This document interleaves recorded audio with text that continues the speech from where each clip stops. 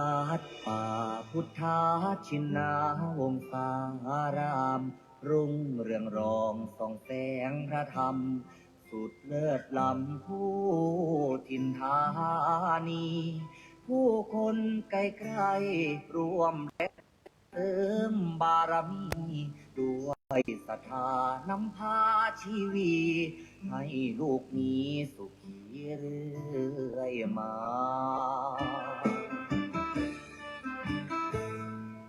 น้อมว่า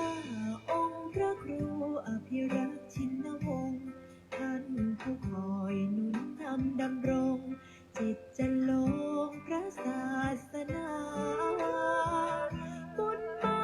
รมีชาติส่องสีปกป้องภาราสั่งสอนธรรมเหล่าปวงศรัทธาเทศนาพ้นวัฏฏะสงสาร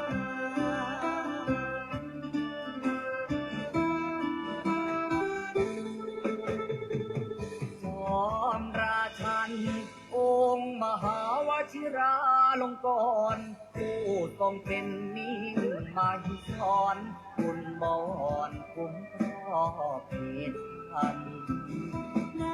วโรกาสราชาพิเศษกทะเลิงขวันจึงสร้างอารามงดงามตระการถวายองค์ท่านเป็นราชกุศล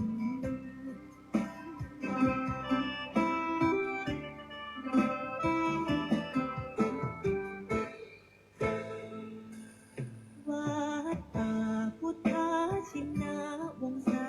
รามกงเกิดไกรแส่สองเลือนามทั่วเขตข้างต่างไทยยินยนต์ศูนย์รวมจิตใจสุดเลื่อมใสในดวงกมลของศรัทธาเหล่าสาธุชนสุขเลิศล้นบ่มีใดปาน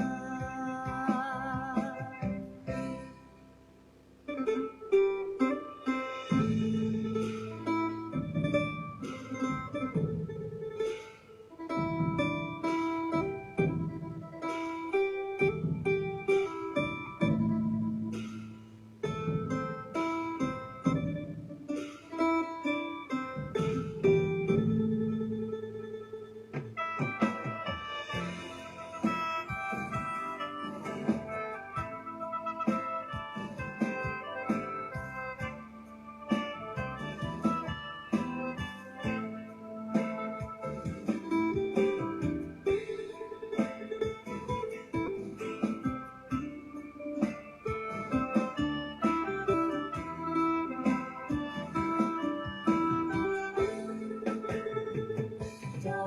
มราชันองค์มหาวชิราลงกรณ์ผู้ทรงเป็นนิ่งมาหิสอนบุญบอนคุ้มครอบเพศพันธ์ในวโรกาสราชาพิเศษกทะเลิงทวันจึงสร้างอารามงดงามตระการถวายองค์ท่านเป็นราชกุศล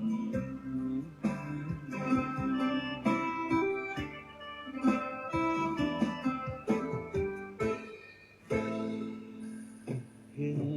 การอันมงคลของชนสังวรขอวันพาประนดน้อมก่อนกราบวิงวอนอ้อนอธิษฐานพระบารมีรุ่งเรืองสีนั้นจงบันดาลสิ่งศักดิ์สิทธิ์ทั่วถิ่นสถานโปรดช่วยประทานโลกนั้นร่มเย็น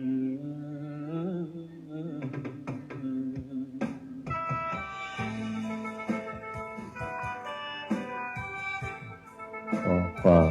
นอบน้อมในพระรัตนตรัยอันมีคุณพระพุทธคุณพระธรรมคุณพระสงฆ์ขอถวายความอาลัยในหลวงพ่อเจ้าพระคุณสมเด็จ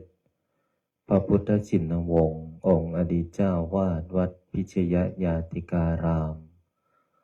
ขอโอกาสและถวายความเคารพในพระมหาเถรานุเถระเพื่อนกัลยาณมิตรเพื่อนกัลยาณธรรมทุกรูปทุกท่าน ขอความสุขความสวัสดีจงบังเกิดมีแก่ญาติโยมญาติธรรมโลกหลานหม่นมหาจักรพรรดิทุกท่านทุกคนที่ได้มาพร้อมจิตตั้งใจในการสวดมนต์และก็ขออนุโมทนาเอาละต่อจากนี้ขอให้พวกเราพร้อมจิตตั้งใจสวดมนต์ในวันนี้ได้พร้อมเพียงกัน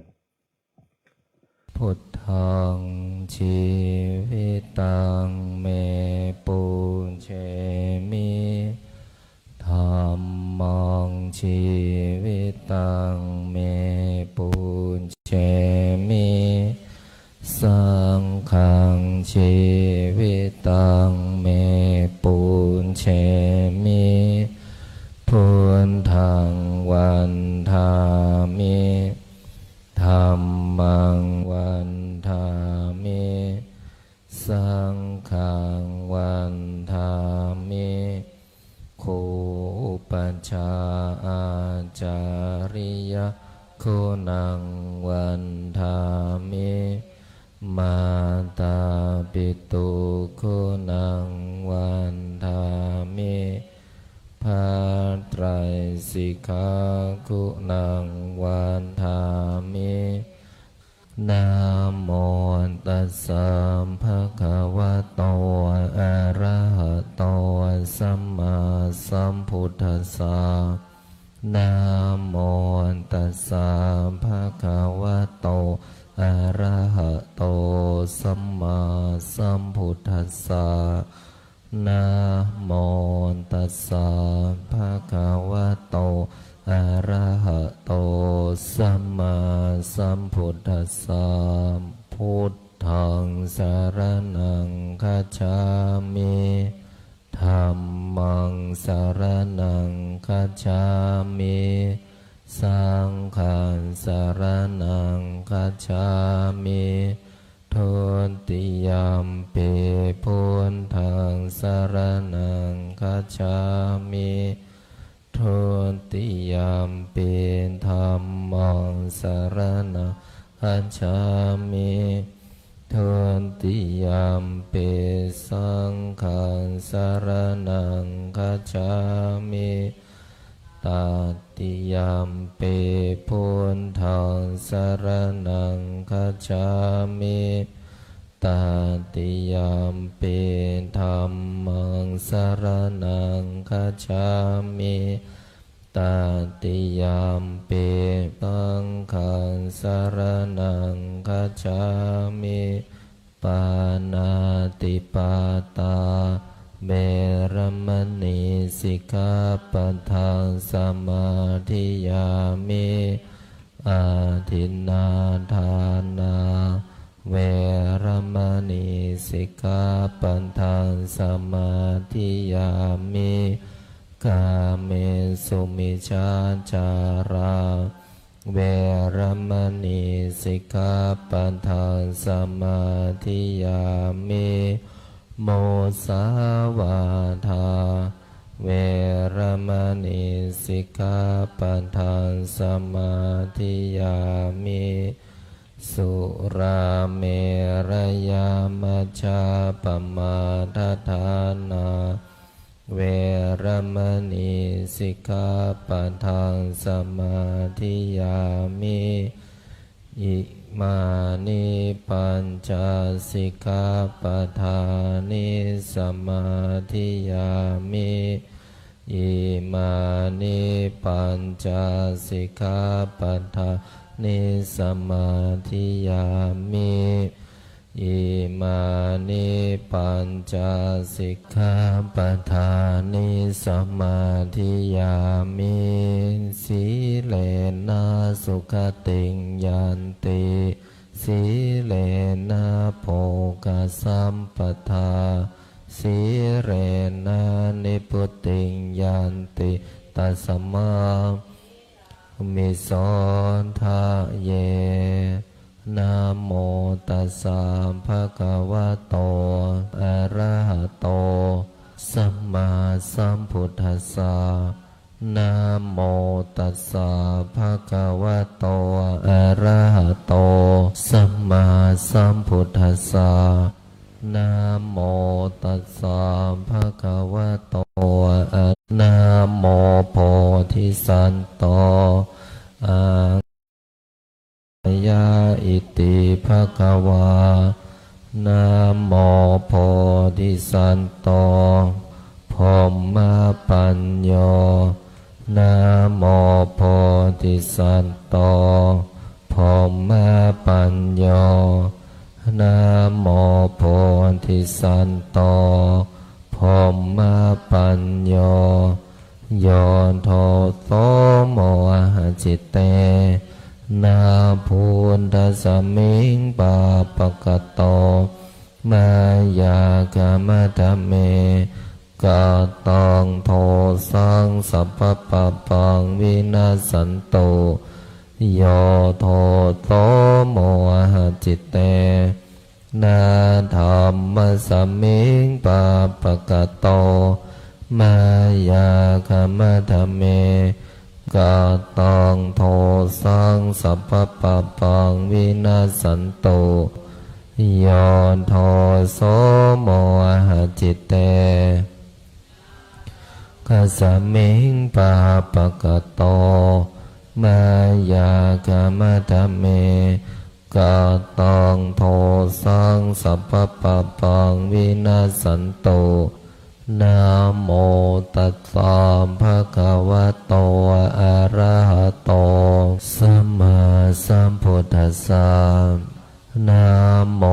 ตัสสะภะคะวะโตอะระหะโตสัมมาสัมพุทธัสสะนะโมตัสสะภะคะวะโตอะระหะโตสัมมาสัมพุทธัสสะนะโมพุทธายะพระพุทธไตรรัตนญาณมณีโนภาลัสสิสหัสสะสุธรรมาพุทโธธรรมโมสังโฆยะถาพุทโมนะพุทธบูชาธรรมบูชาสังฆบูชาอาคิทานังวารังคันทังสิวารินจมหาเทลังอาหังวันทามิทุระโตอาหังวันทามิธาตุโยอาหังวันทามิสัพพะโตพุทธานธรรมสังฆปุญเชมินะโมพุทธายะพระพุทธไตรรัตนญาณมณีโนภาลัสสิสหัสสะสุธรรมาพุทโธธรรมโมสังโฆยะถาพุทโมนะพุทธบูชาธรรมบูชาสังฆบูชาอาคิทานังวารังคันทังสิวาริจมหาเทลังอาหังวันทามิทุระโตอาหังวันทามิธาตุโยอาหังวันทามิสัพพะโตพุทธานธรรมสังฆปุญเชมินะโม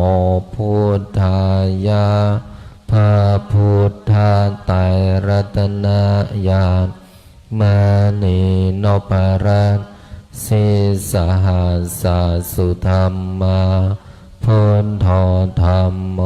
สังโฆยะถาพุทโมนะพุทธบูชาธรรมบูชาสังฆบูชาอาคิทานังวารังคันทัง สิวารีจมหาเทลังอาหังวันทามิธุระโตอาหังวันทามิธาตุโยอาหังวันทามิสัพพโสพุทธาธรรมสังฆาปุญเชมินะโมพุทธายะพระพุทธไตรรัตนญาณมานีโนภลัง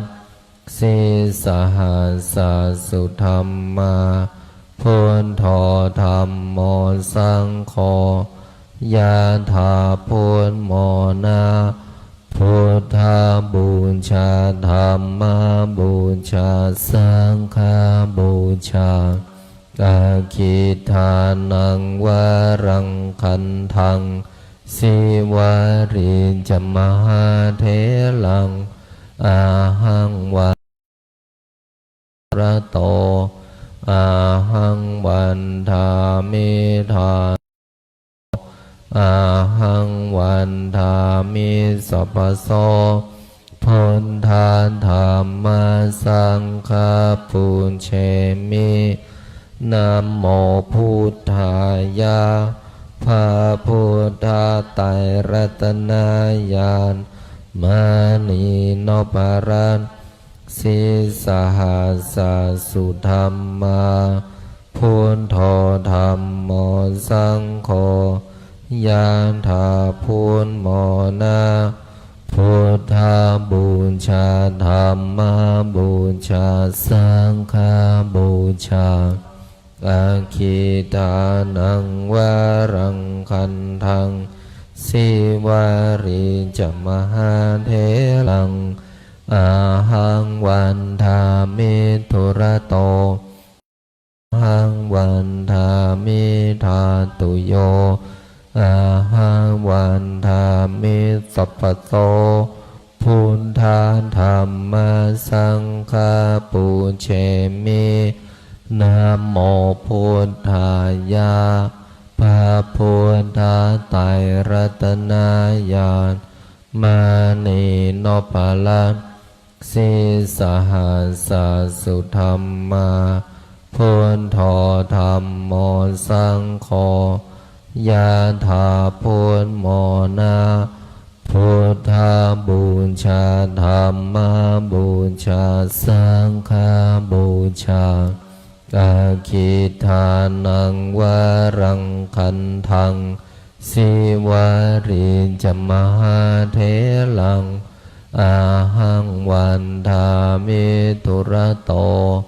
อาหังวันทามิธาตุโย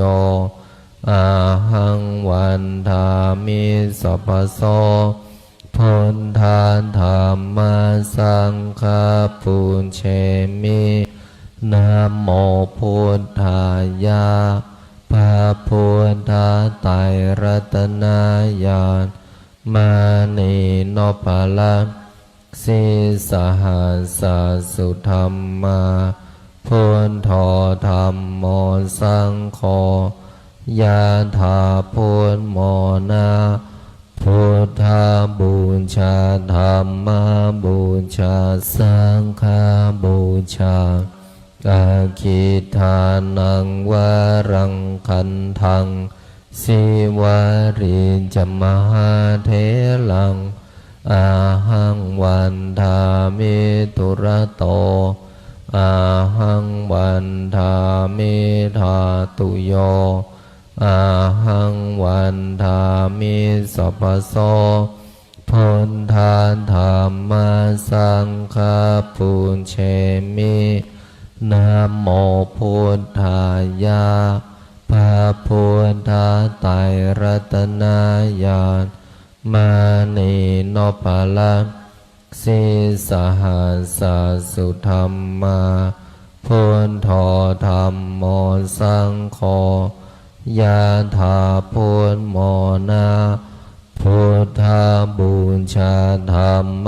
บูชาสังฆบูชาอาคิทานังวารังคันทัง สิวาริจมหาเถลังอาหังวันทามิตุระโตอาหังวันทามิธาตุโยอาหังวันทามิสัพพโสพุทธาธัมมาสังฆาปุญเชมินะโมพุทธายะพระพุทธไตรรัตนญาณมานีโนปะละสิสหัสสะสุธรรมาพุทโธธัมโมสังโฆยะถาพุทโมนะพุทธาบูชาธัมมาบูชาสังฆาบูชาอาคิทานังวารังคันทังสิวาริจมหาเถลังอาหังวันทามิตุระโตอาหังวันทามิธาตุโยอาหังวันทามิสัพพโสพุทธาธัมมาสังฆาปุญเชมินะโมพุทธายะพระพุทธไตรรัตนญาณมานีโนปะละสิสหัสสะสุธรรมาพุทโธธัมโมสังโฆยะถาพุทโมนะพุทธาบูชาธัมมาบูชาสังฆาบูชาอาคิทานังวารังคันทังสิวาริจมหาเถลังอาหังวันทามิตุระโตอาหังวันทามิธาตุโยอาหังวันทามิสัพพโส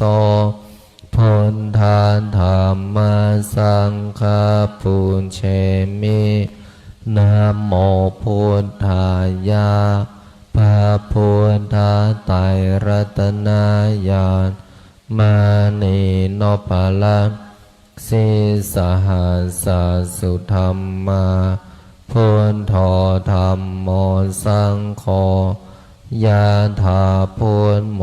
นะพุทธาบูชาธัมมาบูชาสังฆาบูชาอาคิทานังวารังคันทังสิวาริจมหาเถลังอาหังวันทามิตุระโตอาหังวันทามิธาตุโยอาหังวันทามิสัพพโสพุทธาธัมมาสังฆาปุญเชมินะโมพุทธายะพระพุทธไตรรัตนญาณมานีโนปะละสิสหัสสะสุธรรมาพุทโธธัมโมสังโฆยะถาพุทโมนะพุทธาบูชาธัมมาบูชาสังฆาบูชาอาคิทานังวารังคันทังสิวาริจมหาเถลังอาหังวันทามิตุระโตอาหังวันทามิธาตุโยอาหังวันทามิสัพพโส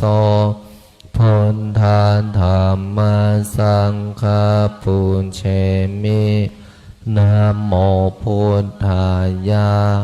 พระพุทธไตรรัตนญาณมานีโนปะละสิสหัสสะสุธรรมาพุทโธธัมโมสังโฆยะถาพุทโมนะพุทธาบูชาธัมมาบูชาสังฆาบูชาอาคิทานังวารังคันทัง สิวาริจมหาเทลังอาหังวันทามิตุระโตอาหังวันทามิธาตุโย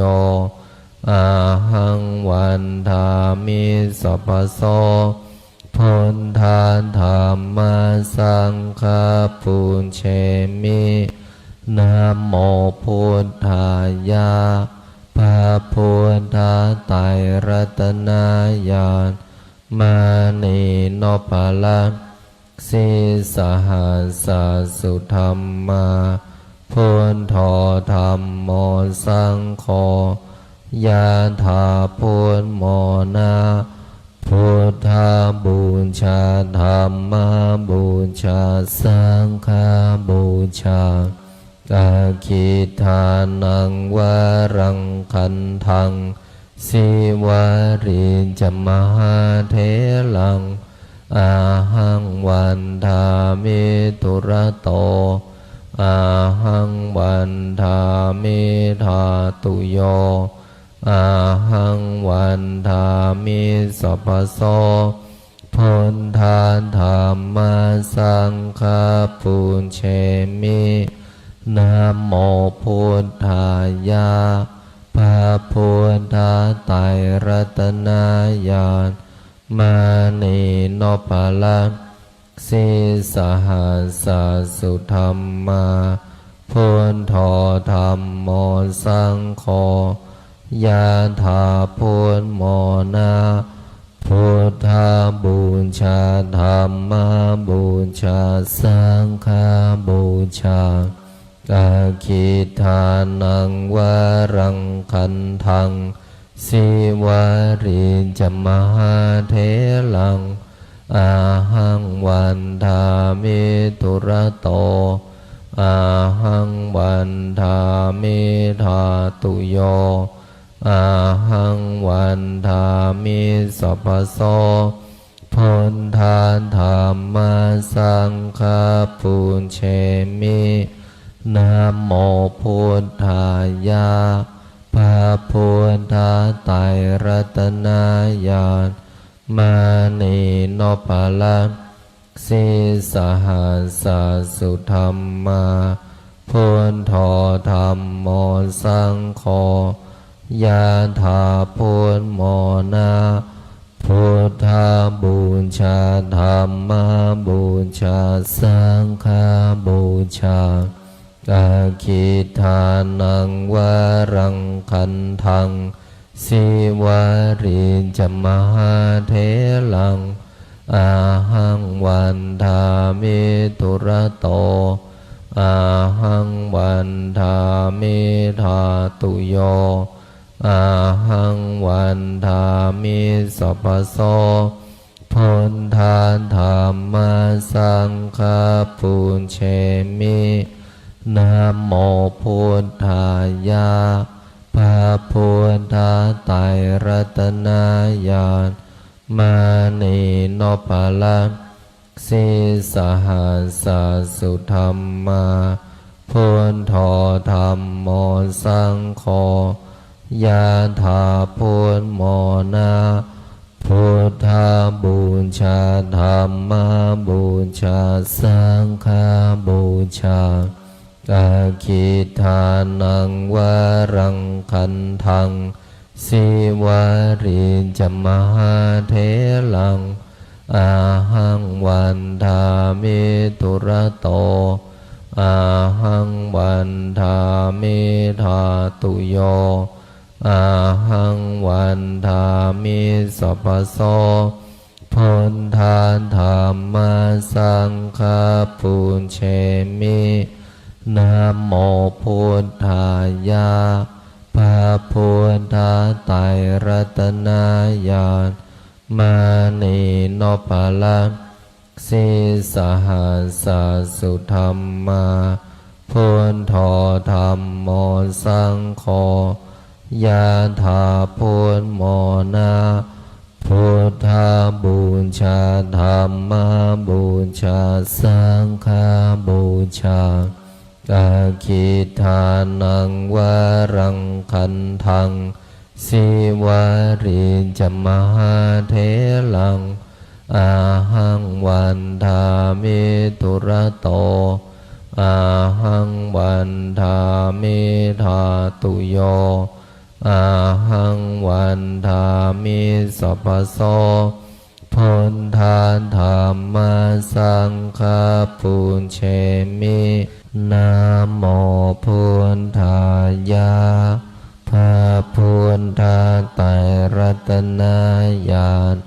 มานีโนภาลันสิสหัสสะสุธรรมาพุทโธธรรมโมสังโฆญาณาพุทโมนาพุทธาบูชาธรรมบูชาสังฆบูชาอาคิทานังวารังคันทังสิวาริจมหาเทลังอาหังวันทามิทุระโตอาหังวันทามิธาตุโยอาหังวันทามิสัพพโส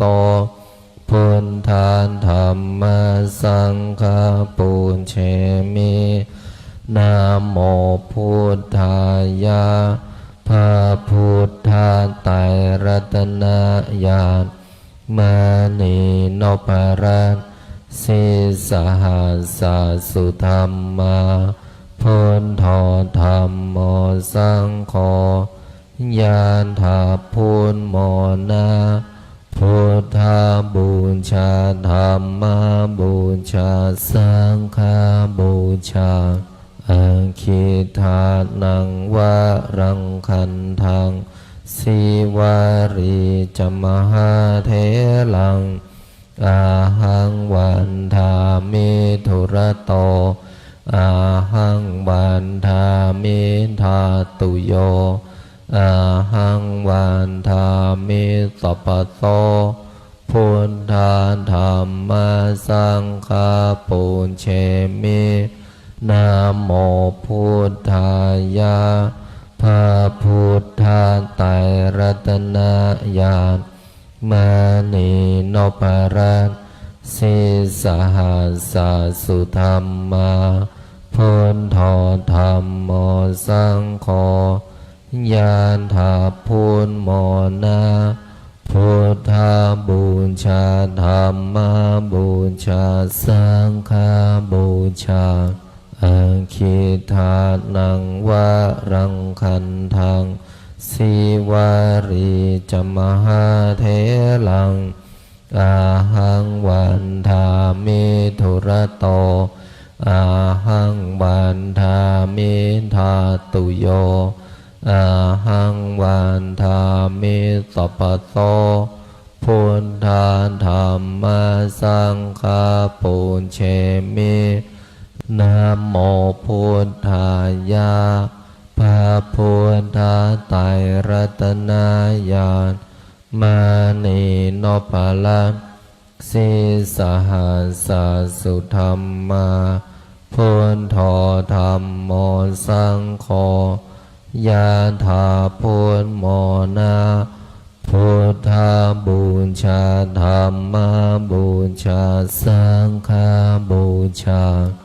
อาคิทานังวารังคันทังสิวาริจมหาเทลังอาหังวันทามิทุระโตอาหังวันทามิธาตุโยอาหังวันทามิสัพพโสพุทธาธัมมาสังฆาปุญเชมินะโมพุทธายะพระพุทธไตรรัตนญาณมานีโนภารันสิสหัสสะสุธรรมาพุทโธธรรมโมสังโฆญาณาพุทโมนาพุทธาบูชาธรรมบูชาสังฆบูชาอาคิทานังวารังคันทัง สิวาริจมหาเทลังอาหังวันทามิทุระโตอาหังวันทามิธาตุโยอาหังวันทามิสัพพโตพุทธาธรรมสังฆาปุเชมินะโมพุทธายะพระพุทธไตรรัตนญาณมานีโนภาลังสิสหัสสุธรรมาพุทโธธรรมโมสังโฆยะถาพุทโมนาพุทธาบูชาธรรมบูชาสังฆบูชาอาคิทานังวารังคันทังสิวาริจมหาเทลังอาหังวันทามิทุระโตอาหังวันทามิธาตุโยอาหังวันทามิสัพพโสพุทธาธรรมสังฆาปุเชมินะโมพุทธายะพระพุทธไตรรัตนญาณมานีโนภาลังสิสหัสสุธรรมาพุทโธธรรมโมสังโฆยะถาพุทโมนาพุทธาบูชาธรรมบูชาสังฆบูชาอาคิทานังวารังคันทังสิวาริจมหาเทลังอาหังวันทามิทุระโตอาหังวันทามิธาตุโยอาหังวันทามิสัพพโสพุทธาธรรมสังฆาปุเชมินะโมพุทธายะพระพุทธไตรรัตนญาณมานีโนภาลังสิสหัสสุธรรมาพุทโธธรรมโมสังโฆยะถาพุทโมนาพุทธาบูชาธรรมบูชาสังฆบูชา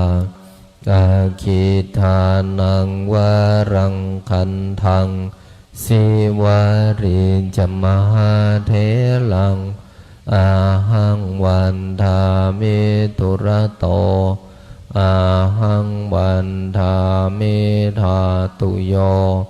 อาหังวันทามิสัพพโสพุทธาธรรมสังฆาปุเชมินะโมพุทธายะพระพุทธไตรรัตนญาณ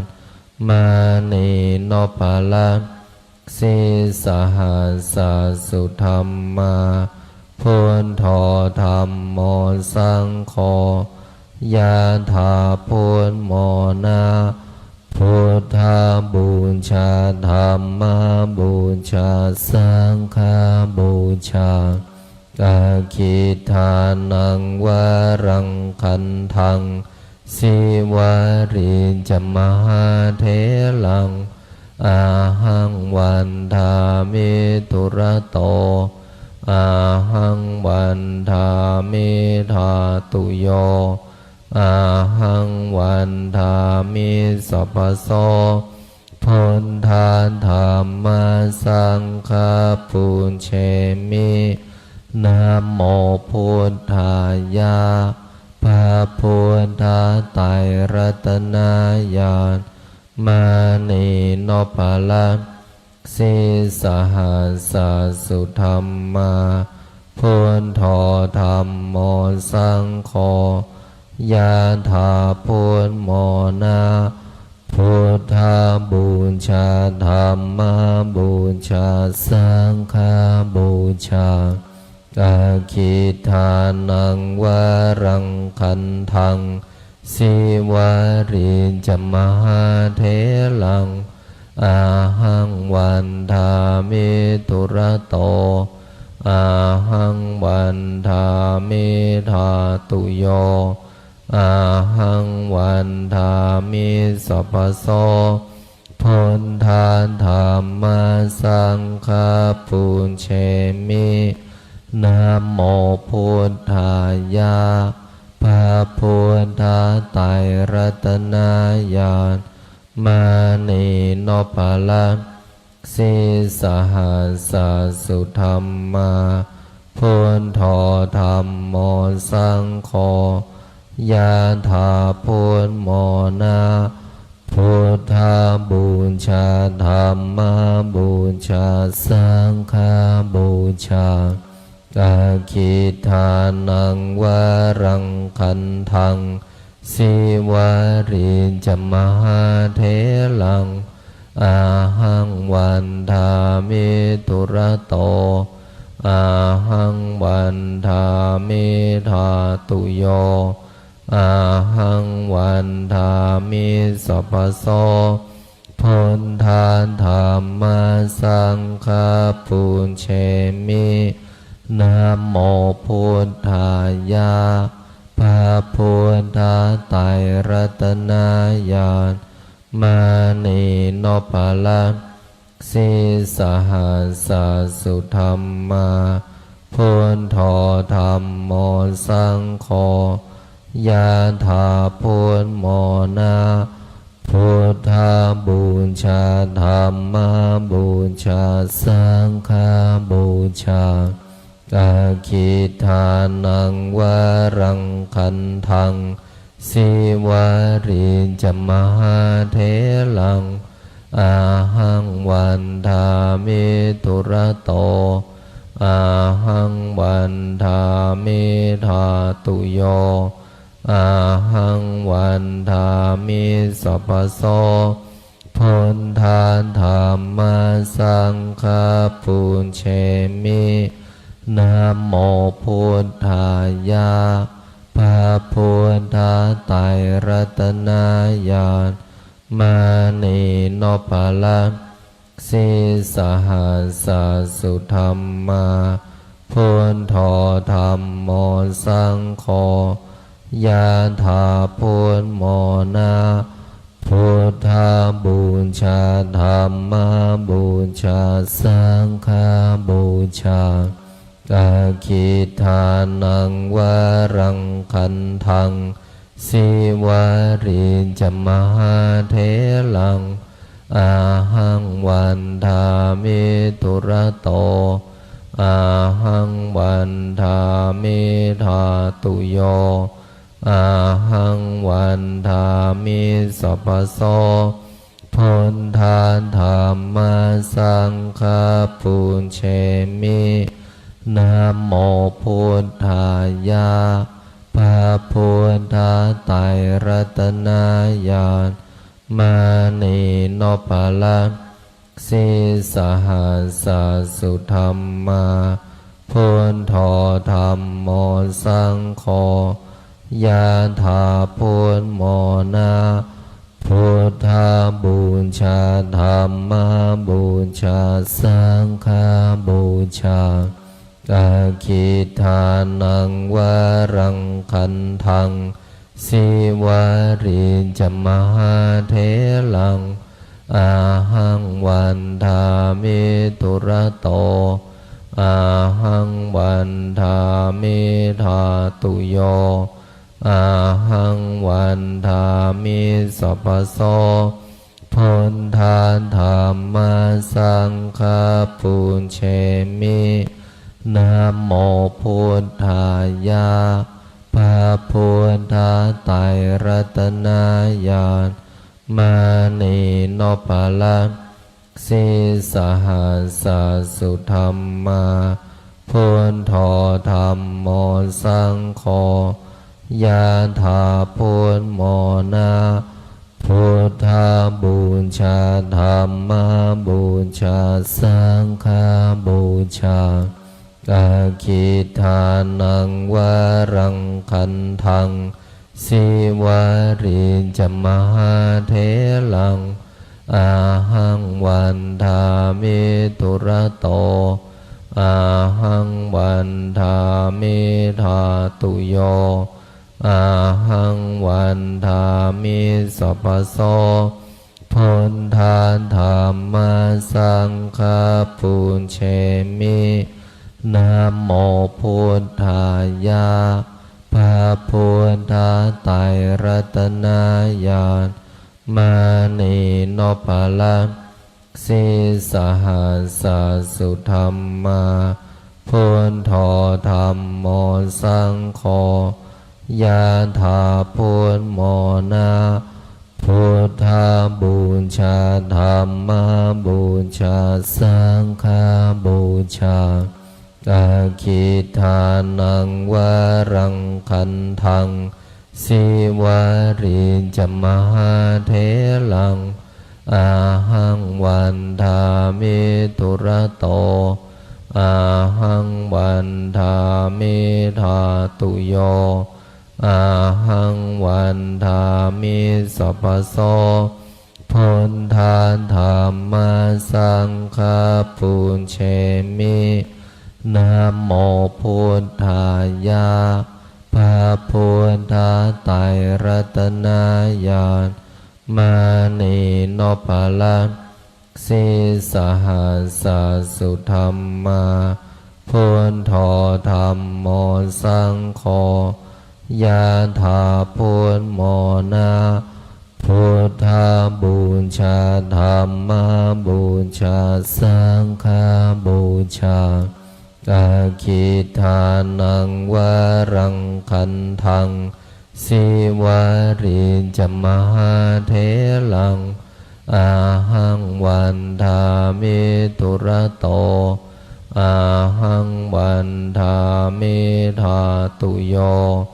อาหังวันทามิสัพพโสพุทธาธัมมาสังฆาปุญเชมินะโมพุทธายะพระพุทธไตรรัตนญาณมานีโนภลังสิสหัสสะสุธรรมาพุทโธธัมโมสังโฆยะถาพุทโมนาพุทธาบูชาธัมมาบูชาสังฆาบูชาอาคิทานังวารังคันทังสิวาริจมหาเทลังอาหังวันทามิตุระโตอาหังวันทามิธาตุโยอาหังวันทามิสัพพโสพุทธาธัมมาสังฆาปุญเชมินะโมพุทธายะพระพุทธไตรรัตนญาณมานีโนภลังสิสหัสสะสุธรรมาพุทโธธัมโมสังโฆยะถาพุทโมนาพุทธาบูชาธัมมาบูชาสังฆาบูชาอาคิทานังวารังคันทังสิวาริจมหาเทลังอาหังวันทามิตุระโตอาหังวันทามิธาตุโยอาหังวันทามิสัพพโสพุทธาธัมมาสังฆาปุญเชมินะโมพุทธายะพระพุทธไตรรัตนญาณมานีโนภลังสิสหัสสะสุธรรมา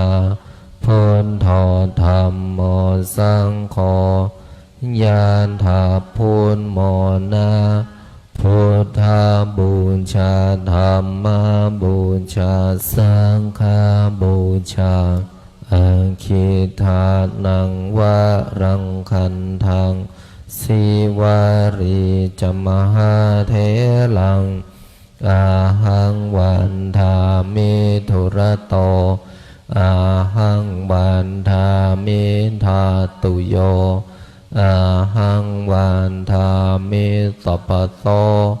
พุทธาธัมมาสังฆาปุญเชมินะโมพุทธายะพระพุทธาไตรรัตนญาณมานีนพรัตน์สิสหัสสสุธรรมาพุทโธธัมโม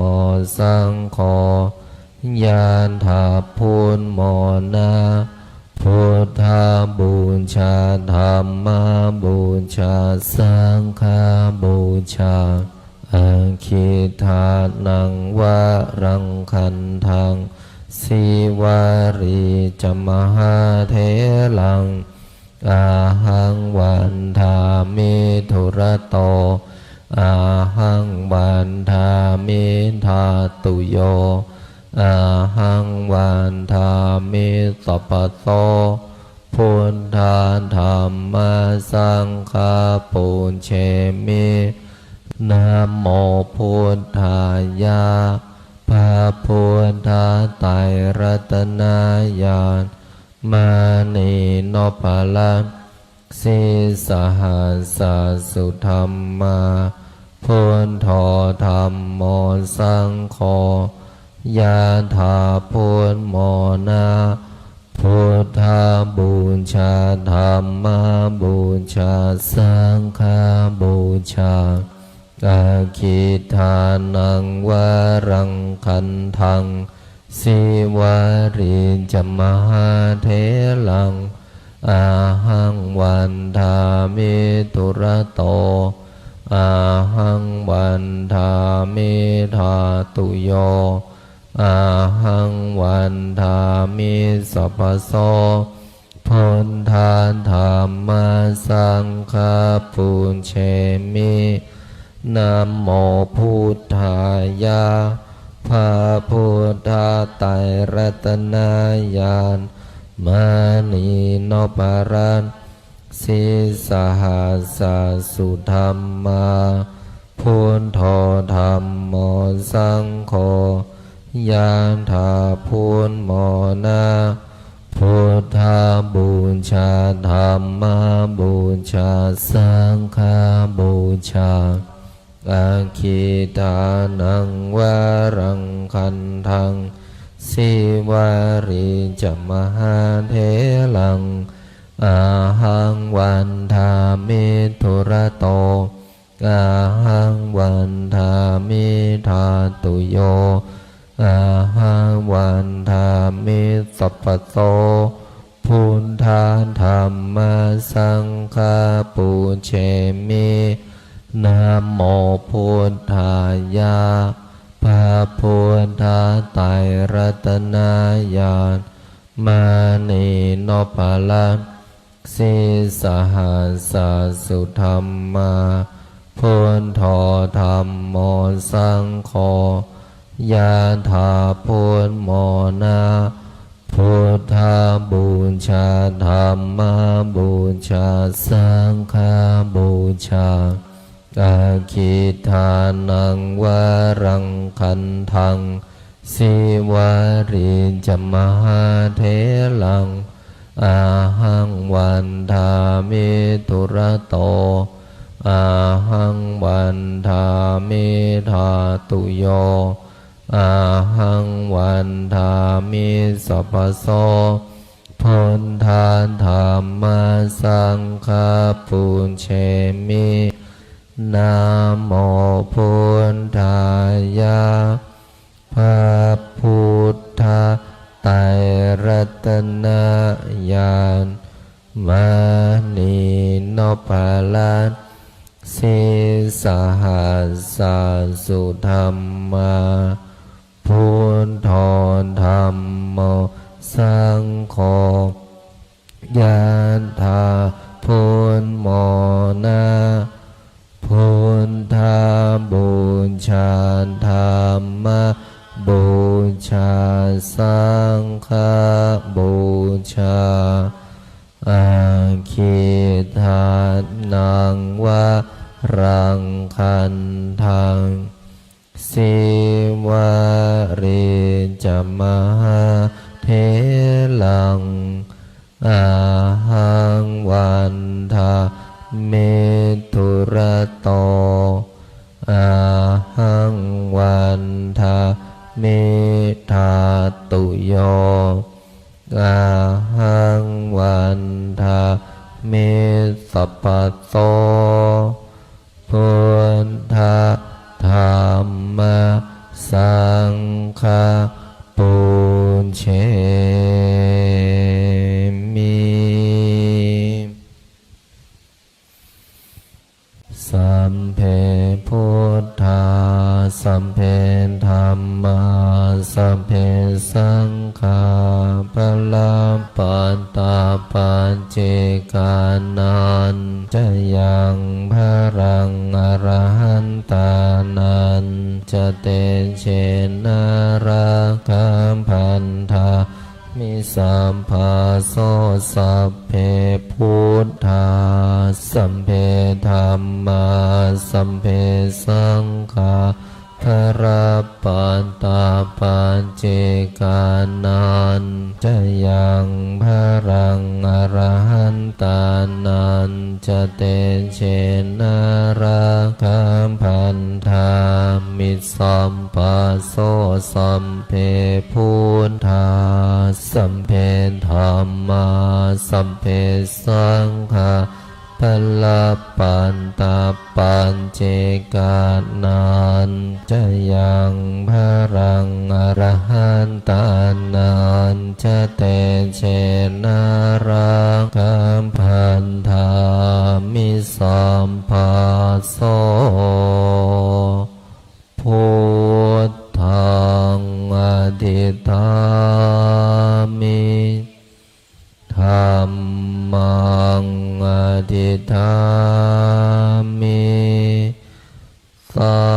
งฆังอธิฐามิขออำนาจบุญกุศลที่เกิดจากการสวดมนต์บทมหาจักรพรรดิบุญใดกุศลใดที่สำเร็จแล้วจงประสิทธิประทานพรให้ลูกหลานมนต์มหาจักรพรรดิทุกท่านทุกคนจงมีแต่ความสุขความเจริญนึกคิดทำปรารถนาสิ่งใดขอให้สิ่งนั้นพันสำเร็จสมความปรารถนาทุกประการอีกทั้งขอให้ทุกคนอย่าอดอย่าอยากอย่ายากอย่าจนให้มั่งให้มีให้ร่ำให้รวยมีเงินมีทองเหลือกินเหลือเก็บเหลือใช้มีสุขภาพร่างกายที่แข็งแรงมีอายุขัยที่ยืนยาวถึง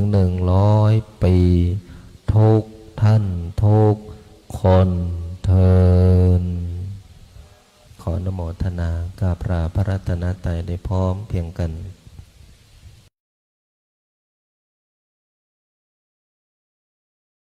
อะระหังสัมมาสัมพุทโธภะคะวาพุทธังภะคะวันตัง